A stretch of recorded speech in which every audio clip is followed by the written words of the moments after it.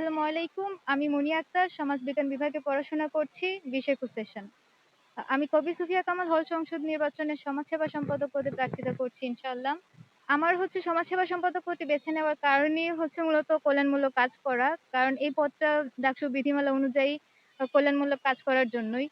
তো আমাদের হলে যে সমস্যাগুলো আছে, এই সমস্যাগুলোর অনেক কিছুই ওই বিভিন্ন কল্যাণমূলক কাজের মাধ্যমে সমাধান করা সম্ভব। যেমন রাত্রেবেলা অভিজ্ঞ ডাক্তারের উপস্থিতি খুবই প্রয়োজন হলে।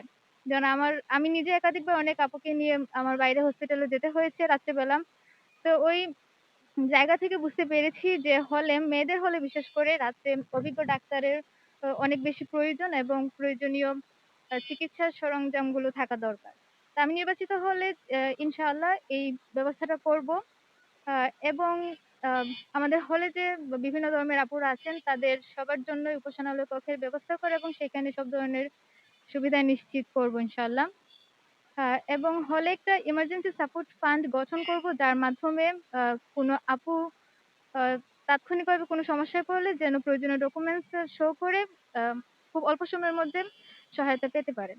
আবার অনেক সময় দেখি যে আমাদের আশেপাশে অনেক সহপাঠী বা তাদের আত্মীয়স্বজনদের গুরুতর অসুস্থতার জন্য বা চিকিৎসার খরচের জন্য আম আর্থিক সহায়তার প্রয়োজন হয়। তো এই ক্ষেত্রে কিছু শিক্ষার্থীরা রুমে গিয়ে অর্থ সংগ্রহ করেন। এটা অনেক প্রশংসনীয় কিন্তু অনেক সময় দেখা যায় এতে সমন্বয় করা কষ্ট হয়ে যায়। তো এই ক্ষেত্রে যদি একটা আ কাঠামোগত কোনো কিছু থাকে, ধরেন এই যে ভলান্টিয়ার ক্লাব যদি থাকে তাহলে এটার মাধ্যমে খুব সহজেই আম বিষয়গুলাকে হ্যান্ডেল করা সম্ভব। তো এজন্য আমি একটা ভলান্টিয়ার ক্লাব প্রতিষ্ঠা করার পরিকল্পনা রেখেছি ইনশাআল্লাহ। আবার শিক্ষার্থীদের সবার মতামতের ভিত্তিতে বার্ষিক সমাজসেবা পরিকল্পনা গ্রহণ করা হবে এবং প্রতিটি কার্যক্রমের আ অনলাইন এবং অফলাইন রিপোর্ট পেশ এবং হিসাব প্রকাশ করা হবে। কারণ আমি বিশ্বাস করি স্বচ্ছতা এবং জবাবদিহিতার অভাবেই আম একজন মানুষকে স্বৈরাচারী করে তোলে। তাই আমি নিজেকে এমন একজন মানুষ হিসেবে গড়ে তুলতে চাই যে প্রতিটি কথা, কাজ এবং এমনকি আম চিন্তার প্রতি স্বচ্ছ থাকবে ইনশাআল্লাহ। যারা ডাকসু করে হল সংসদ নির্বাচিত হবে তারা অনেক পরিকল্পনা নিচ্ছে কিন্তু সবগুলোই প্রশাসনের সাথে সমন্বয় করেই করতে হবে। তো প্রশাসনের সহযোগিতা নিয়েই এই কাজগুলো বাস্তবায়ন করা হয়। আবার এই ক্ষেত্রে দেখা যায় অনেক কিছুতে প্রশাসনের নানা সীমাবদ্ধতা থাকে। সেই ক্ষেত্রে বাইরে থেকে যদি কেউ সাহায্য করতে চায় আমি মনে করি না এটা না নেওয়ার কোনো আ ভ্যালিড রিজন থাকে। তো সেই ক্ষেত্রে তবে মূলত প্রশাসনের সহায়তাতেই এই কাজগুলো করার পরিকল্পনা নেওয়া হয়। সবাই একই বিশ্ববিদ্যালয়ের শিক্ষার্থী। তাই আমাদের এই অ্যাক্সেস টা থাকা দরকার। যে আমরা এক হল থেকে অন্য হলে আ যেতে পারবো। আমাদের তো দেখা যায় অনেক সময় নিজের হলে যারা থাকেন না অনাবাসিক তাদেরকে ঢুকতে দেওয়া হয় না। তো এই বিষয়টা আসলেই আমাদের জন্য দুঃখজনক। তো এই বিষয়টা নিয়ে অবশ্যই কাজ করতে হবে।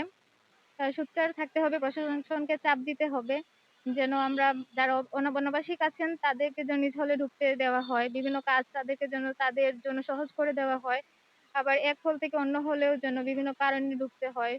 উম আ যাদের এই যে এইখানে কলা ভবনে বা সোশ্যাল সায়েন্স ফ্যাকাল্টিতে ক্লাস হয়, দুপুরে খাবারের জন্য তারা অনেক সময় না খেয়ে থাকেন। যদি রোকেয়া হলে বা শামসুন্নাহার হলে ঢুকতে দেওয়া যেত তাহলে ওইখানে গিয়ে তারা খেয়ে দিয়ে আসতে পারতেন বা একটু রেস্ট নিতে পারতেন। তো এই ব্যবস্থাটা আসলে থাকা দরকার। আচ্ছা আমি নিজে প্রত্যক্ষভাবে ফেস করি নাই। কিন্তু আশেপাশে তো এরকম অনেক কিছুই ঘটছে। যেমন অনেক হিজাবি আপুকে প্রশ্নবিদ্ধ করা হচ্ছে।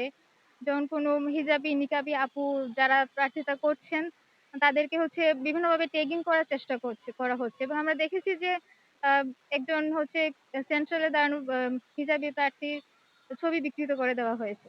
তো এই বিষয়গুলো তো আসলে খুবই দুঃখজনক এবং জঘন্য কাজ যা আচরণবিধি লঙ্ঘন করছে। প্রশাসনের এই বিষয়ে আমরা এখনো পর্যন্ত কোনো কার্যকরী পদক্ষেপ নিতে দেখি নাই।